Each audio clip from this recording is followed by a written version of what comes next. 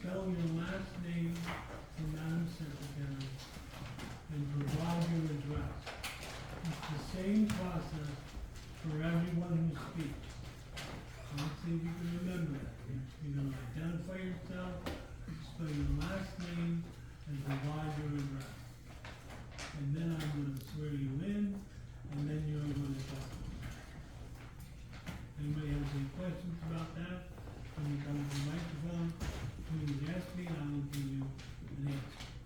Now, that being said, you may start. Sir. Yes. My name is Dave Winslow, W-I-N-S-L-O-W, and I'm a resident of 2904 Bayland Drive, and I've lived in Ocean City for 48 years.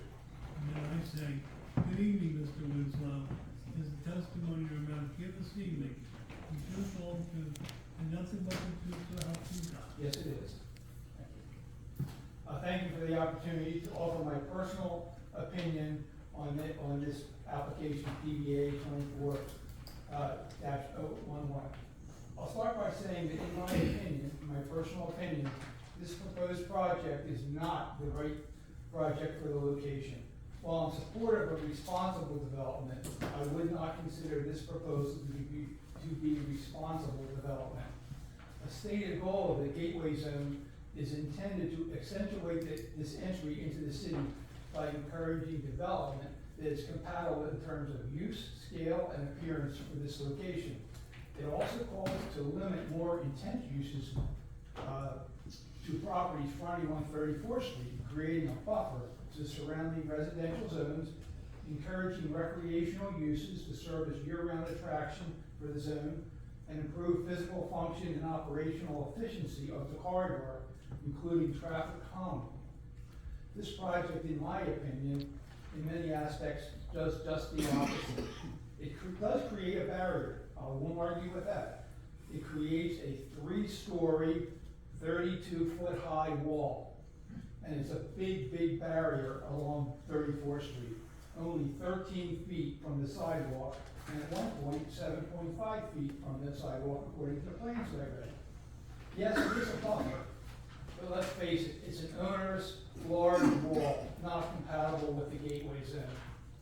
In addition to the 13 variances and design waivers requested, the sheer size and minimal setbacks create a monstrous building that is not in keeping with the neighborhood on the 34th Street side.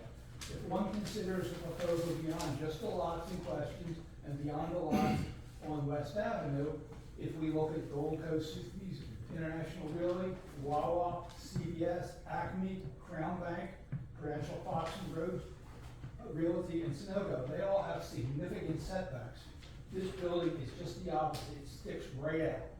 Additionally, this proposed building does not provide retail parking, which we know is a huge problem in the city, as well as other businesses that do have parking in the area. In addition, my observation is that, my personal observation is that staff parking just doesn't work. It's not convenient, and people can't find ways to park on the street. While it may satisfy some requirements on paper, I don't really think that 11 stacked parking spaces for 22 bedrooms really does anything other than exacerbate the area already short on parking. Therefore, in my personal opinion, as a long-term resident, this is not the right project for this area and not in keeping with the neighborhood or the gateway zone. Thank you. Thank you, Mr.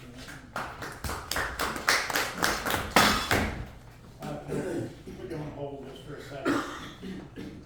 I'm going to take everybody from this side of the room first, so I can control it. Otherwise, I don't know who's coming up to me.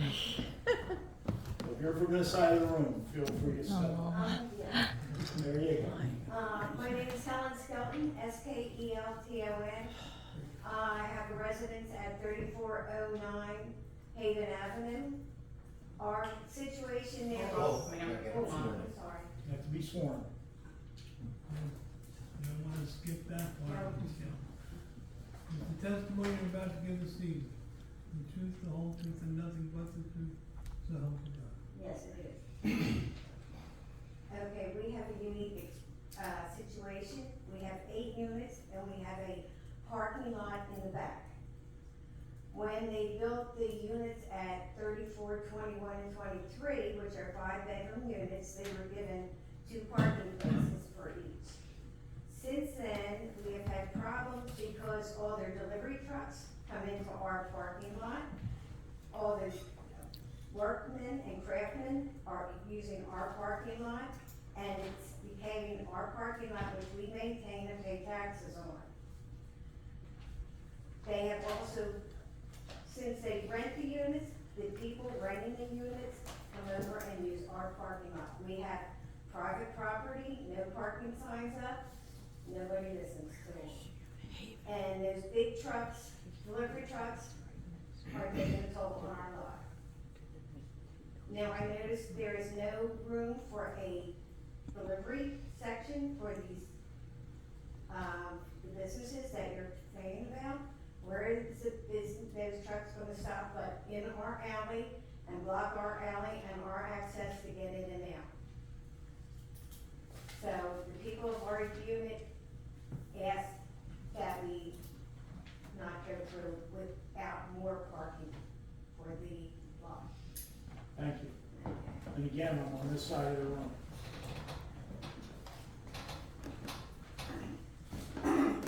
Chuck Deal, 2837 Central Avenue, Ocean City. Spelling last name. DEAL. I'm trying to get the deals here. Mr. Gill, is the testimony you're about to give this evening the truth, the whole truth, and nothing but the truth, so help you God? Yes. Just a couple issues here. When these gentlemen were getting up and speaking, they were referring to Asbury Avenue, that property down there, downtown. Well, there's a public parking downtown. That, you know, if you cross the street or whatever, you can find public parking. There are meters on those public parking lots. The other thing that's more important, where they're talking about, and it's not downtown, there's a playground.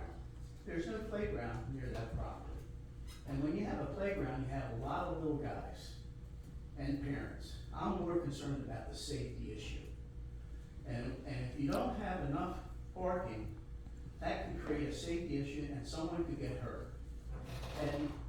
And that's those two major concerns. The other concern I have is Ocean City is spending a lot of money for parking.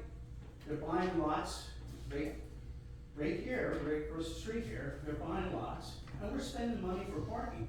And this board is having programs for commercial parking that we won't have. So what happens? We don't have enough parking because of policy.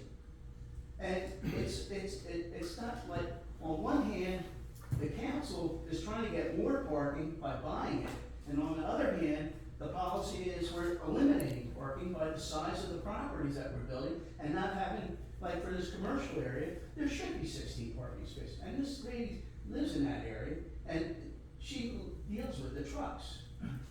But what, I guess, these things come up and there's a difference of 20% in the size that has to be allowed for variance. That's a lot. So you look at this project, I think they could go back and do a lot better in designing this property, providing at least commercial parking, and also maybe reduce the size of the units for the condos that they're talking about. But I think it could be a lot better for everybody involved. Thank you. Thank you very much. Again, this side of the room, anyone? Okay, this side of the room, please come forward. I'm Janice Ray, REA, address 3802 Central Avenue, here in Ocean City. I've had property. Wait. You almost got the gold star. There's a learning curve in here. It usually takes a long evening to get it. Silver star on there. Is the testimony you're about to give this evening the truth, the whole truth, and nothing but the truth, so help you God? Yes, it is. Okay. You can proceed. All right. I've owned property since 1995. It's in a lot of reiterate the objections I have to the variances that have been requested. I agree with everything that has been previously stated. As far as the 6-bedroom and 5-bedroom units, they are obviously not intended for year-round living, or even summer living. It's gonna be transient, it's going to be rental, fine. But from my experience, the 4-bedroom homes in my area that are up for rental, people come with a minimum of 3+ cars. So there's not gonna be adequate parking as I see it. If you have 6-bedroom units, you'll have 22 bedrooms. To compare it with if 3 30-foot lots and they had 3 bedrooms each on per floor, you have 18. So I disagree with the figures that were presented as to how many parking spaces would be needed or how many bedrooms there would be. Commercial space downstairs, no matter what goes in, no parking allotted for the people that want to use it. What about the employees that they will have working in the units? Are they going to park in front of the other houses, the residential residents? Are they going to park in their private parking lot? So that becomes a major issue as I see it. And I don't know what they would do with the handicap access if the easement goes through that was discussed. I wasn't even aware that that was a possibility down the road. Basically, I'm very much opposed to it. If I lived in one of the residential homes there, I would not care for the size and scope of what has been presented. That's all I can say. Thank you. And again, this side of the room, anyone? No one? We have a motion. That's the whole Waiting here. We have an attorney in the